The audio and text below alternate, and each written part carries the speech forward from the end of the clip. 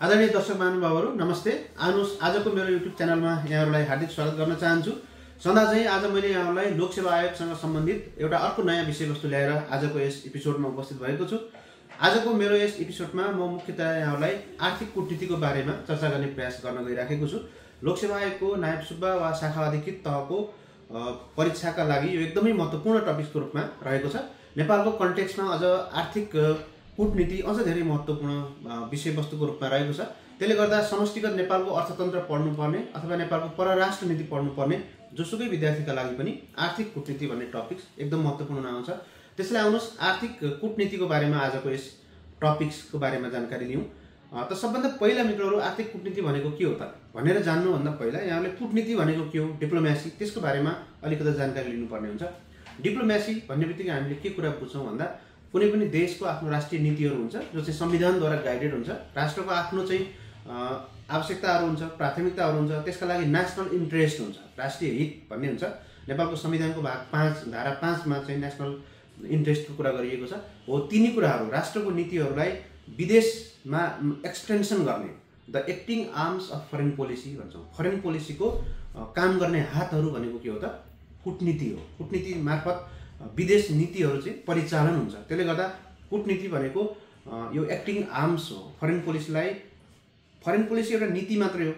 त्यो नीतिलाई कार्यान्वयन गर्ने संयन्त्रहरू जति पनि छ नि त्यो ओभरअल संयन्त्रलाई हामीले के भन्छौँ कूटनीति भनेर भन्छौँ। त्यसो भए अब आर्थिक कूटनीति भनेको के हो त भनेर हामीले हेऱ्यौँ भने सिम्पली यो कुरा हाम्रो देश नेपाल छ र विश्वका अरू विभिन्न देशहरू छ अथवा अन्तर्राष्ट्रिय रिजनल र मल्टिल्याटरल अर्गनाइजेसनहरू छ।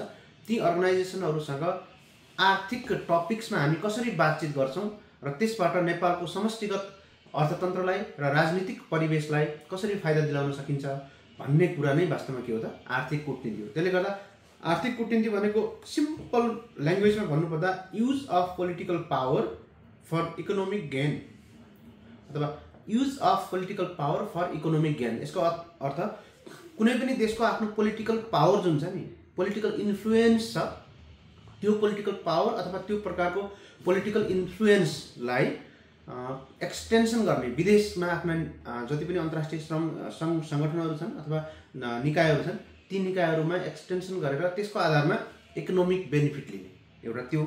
अर्को चाहिँ फेरि यसको रिभर्स पनि हुन्छ, use of economic power for political gain. त्यो चाहिँ हुन्छ हामीसँग त इकोनोमिक पावर छैन नि त, we are very poor country.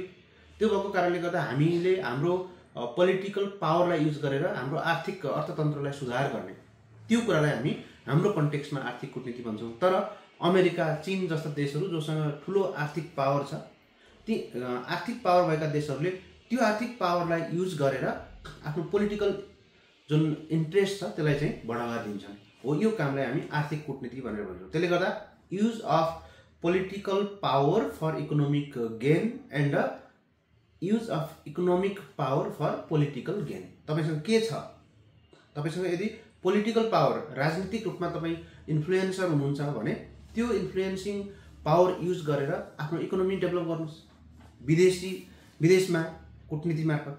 त्यो पनि इकोनोमिक डिप्लोमेसी हो। र त्यस्तै यदि तपाईँ economically if you are successful then you can use your economic power अथवा economic influence to achieve your political goal.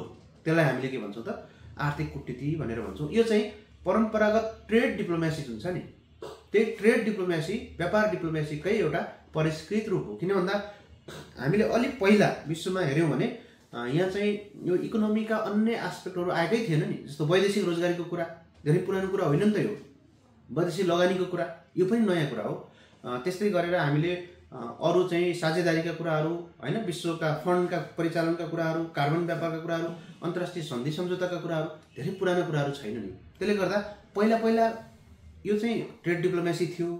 अहिले चाहिँ ट्रेडले मात्रै पुगेन, ट्रेड भनेको त एउटा एस्पेक्ट मात्रै भयो र यसले पुरै एज अ होल कमर्सियल पाटोलाई, पोलिटिकल पाटोलाई, इन्भेस्टमेन्टको पाटोलाई सबैलाई समेटेको छ। त्यसैले it is the modern form of improvised form of trade diplomacy भनेर हामीले भन्न सक्छौँ। त्यसो भए मित्रहरू नेपालको कन्टेक्स्टमा हामीले यो आर्थिक कूटनीतिका क्षेत्रहरू के हुन् त, कुन क्षेत्रमा हामीले हेर्नुपर्छ भनेर हामीले हेऱ्यौँ भने मूलभूत रूपमा हामीले हेर्ने भनेको फरेन ट्रेड व्यापारलाई हेर्नुपर्छ। हाम्रो एक्सपोर्ट व्यापारलाई बढावा दिनु पर्यो। हाम्रो पोलिटिकल अथवा अन्य संयन्त्रहरू युज गरेर हाम्रो एक्सपोर्ट व्यापारलाई हामीले बढावा दिनु पर्यो। सर्भिस व्यापार होस् अथवा गुड्स व्यापार होस्, हाम्रो एक्सपोर्ट व्यापार एकदमै कम छ, व्यापार घाटा एकदमै उच्च छ हैन। धन्न बजेटको हाराहारीमा हाम्रो इम्पोर्ट छ भनेपछि बजेट घाटा पनि व्यापार घाटा पनि धेरै छ। व्यापार घाटालाई कम गर्ने, अन्तर्राष्ट्रिय व्यापारलाई सरप्लसमा ल्याउने, सन्तुलित अथवा हाम्रो पक्षमा व्यापार ल्याउने, व्यापारको माध्यमबाट विदेशी मुद्राहरू प्राप्त गर्ने र निर्यात व्यापार बढाउने, आयात दर घटाउने। यसका लागि तपाईले आफ्नो पोलिटिकल विङ्सहरूको प्रयोग गर्नुहोस् हैन। पोलिटिकल विङ्स भनेको के हो त? तपाईको जियो पोलिटिकल सिचुएसन हुन सक्छ, लोकेसन हुन सक्छ, तपाईको अरु के हुन सक्छ, तपाईको आफ्ना विदेश स्थित कूटनीतिक नियोगहरू हुन सक्छन्, अन्तर्राष्ट्रिय अलायन्सहरू तपाईँ बिल्डिङ गर्न सक्नुहुन्छ, युनाइटेड नेसन्सको प्रयोग गर्न सक्नुहुन्छ हैन। यो सबै कुराहरू गरेर व्यापार बढावा दिने एउटा त्यो कुरा गर्नुहोस्। अर्को हाम्रो क्षेत्र के हुन सक्छ? सिम्पली लगानीको कुरा हो, वैदेशिक लगानी प्राप्त गर्ने कुराहरू। वैदेशिक लगानी फरेन इन्भेस्टमेन्ट प्राप्त भयो भने हामीलाई ठुलो मात्रामा चाहिँ विदेशबाट विदेशी मुद्रा पनि प्राप्त हुन्छ र मुद्रा मात्रै होइन, टेक्नोलोजी पनि प्राप्त हुन्छ, प्रविधि र पुँजीहरू हामीले प्राप्त गर्दछौँ। रोजगारीको ठुलो मात्रामा सम्भावना बढेर जान्छ, त्यसको आधारमा हामी व्यापार पनि बढ्छ। त्यसले गर्दा वैदेशिक लगानी भित्राउन एकदमै जरुरी छ। वैदेशिक लगानी विदेशबाट आउने लगानी भएको कारणले त्यहाँ कूटनीतिक संलग्नता हुन्छ, हुनुपर्छ।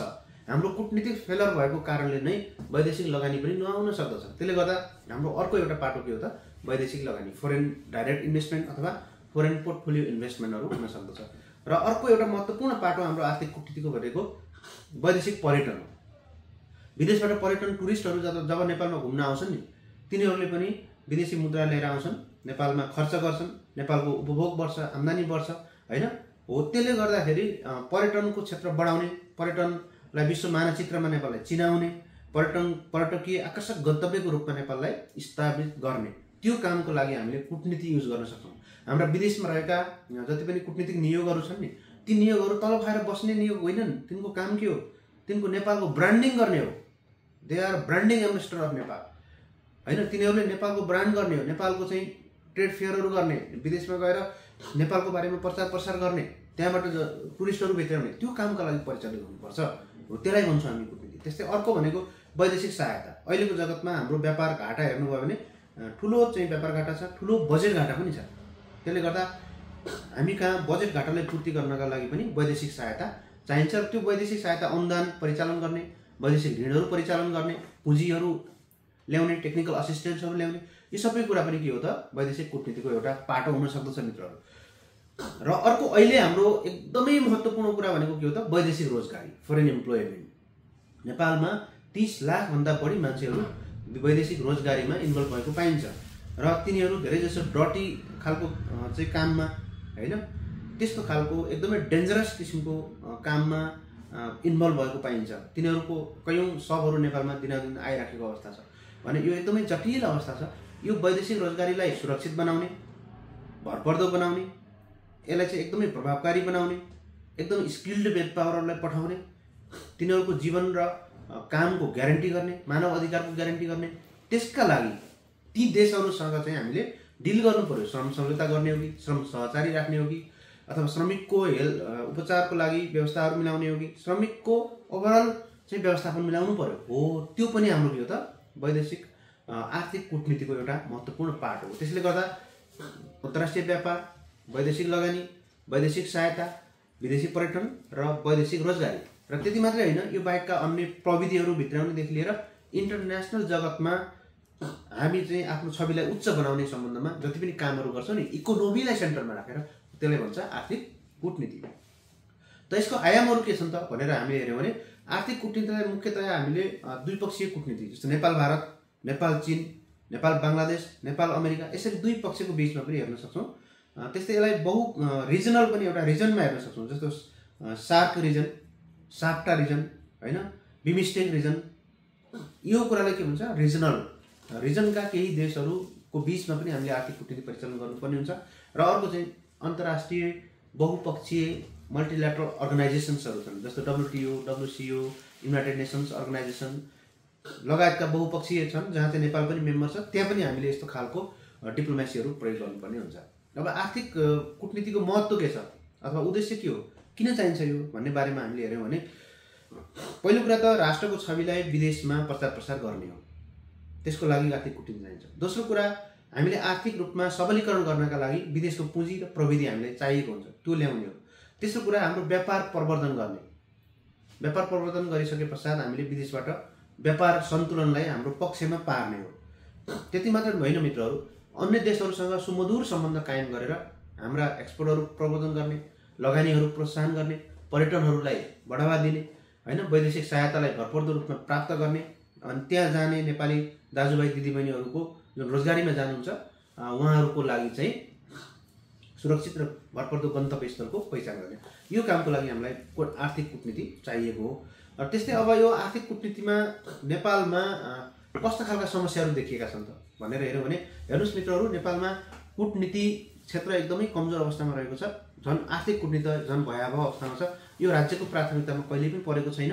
यसमा परराष्ट्र मन्त्रालयको कुनै पनि रोल हामीले स्वीकार गर्नै सकेनौँ। आर्थिक कूटनीतिमा मुख्यतया रोल हुनुपर्ने द सेन्ट्रल फोकस पोइन्ट को रूपमा चाहिँ हामीले परराष्ट्र मन्त्रालयले लिनुपर्ने, अहिलेसम्म लिन सकिएन।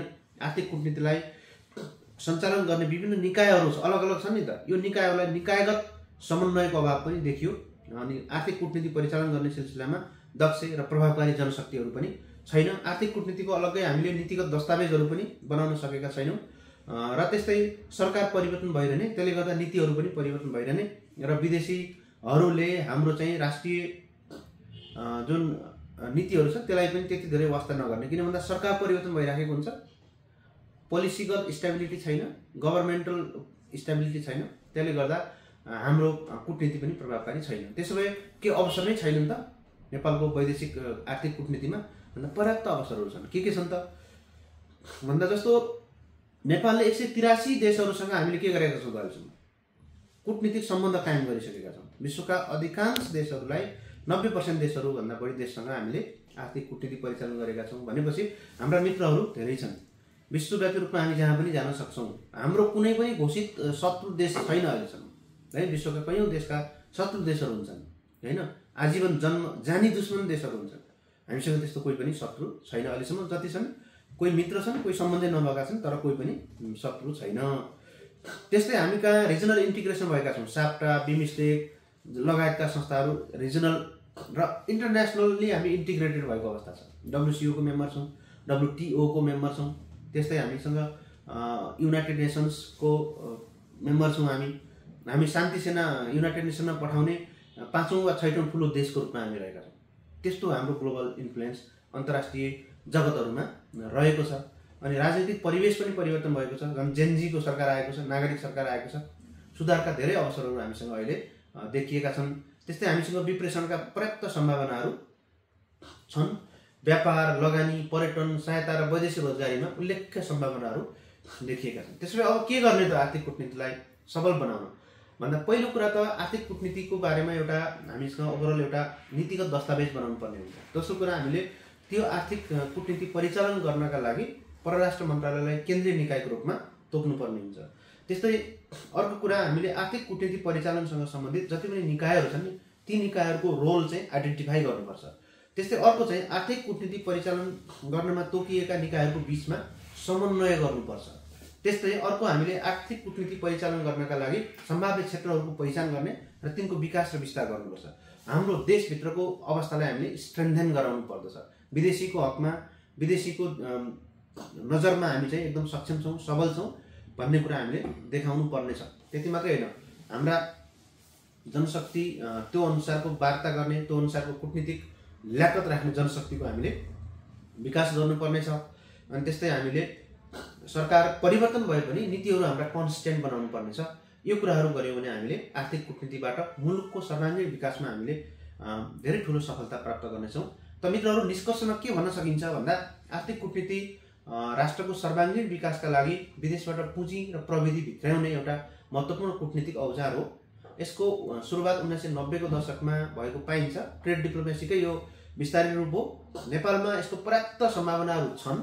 यद्यपि हामीले जबसम्म आफ्नो देशको आन्तरिक क्षमतालाई सुदृढीकरण गर्दैनौँ, जबसम्म आन्तरिक कपासिटी बिल्डिङ गर्न सक्दैनौँ, जबसम्म आन्तरिक प्रतिस्पर्धात्मकता बढाउन सक्दैनौँ, अथवा हाम्रो देशको नीति, हाम्रो देशको सरकार, हाम्रो देशको जनतामा एक किसिमको व्यापारसँग सम्बन्धित, लगानीसँग सम्बन्धित, पर्यटन, रोजगारीसँग सम्बन्धित जबसम्म हामी एकदम क्यापासिटी डेभलप गर्दैनौँ तबसम्म हाम्रा पोलिटिकल विङहरूले कुनै पनि काम गर्न सक्दैनन्। त्यसले गर्दा अहिलेसम्मको हाम्रो मुख्य समस्या आन्तरिक रूपमा हामी कमजोर छौँ। त्यो आन्तरिक रूपमा सबलीकरण गर्न जरुरी छ र त्यो सबलीकरण गरिसके पश्चात विभिन्न ठाउँमा क्षेत्रहरूमा सुधार गरेर हामीले त्यही आन्तरिक जुन राष्ट्रिय हितहरू छ त्यो राष्ट्रिय हितहरूलाई विदेशमा पनि एक्सटेन्सन गर्नुपर्छ। त मित्रहरू, आजलाई यति नै गरौँ। फेरि यस्तै एउटा रोचक प्रसङ्ग ल्याएर यहाँहरू समक्ष उपस्थित हुनेछु। हस्त, नमस्ते।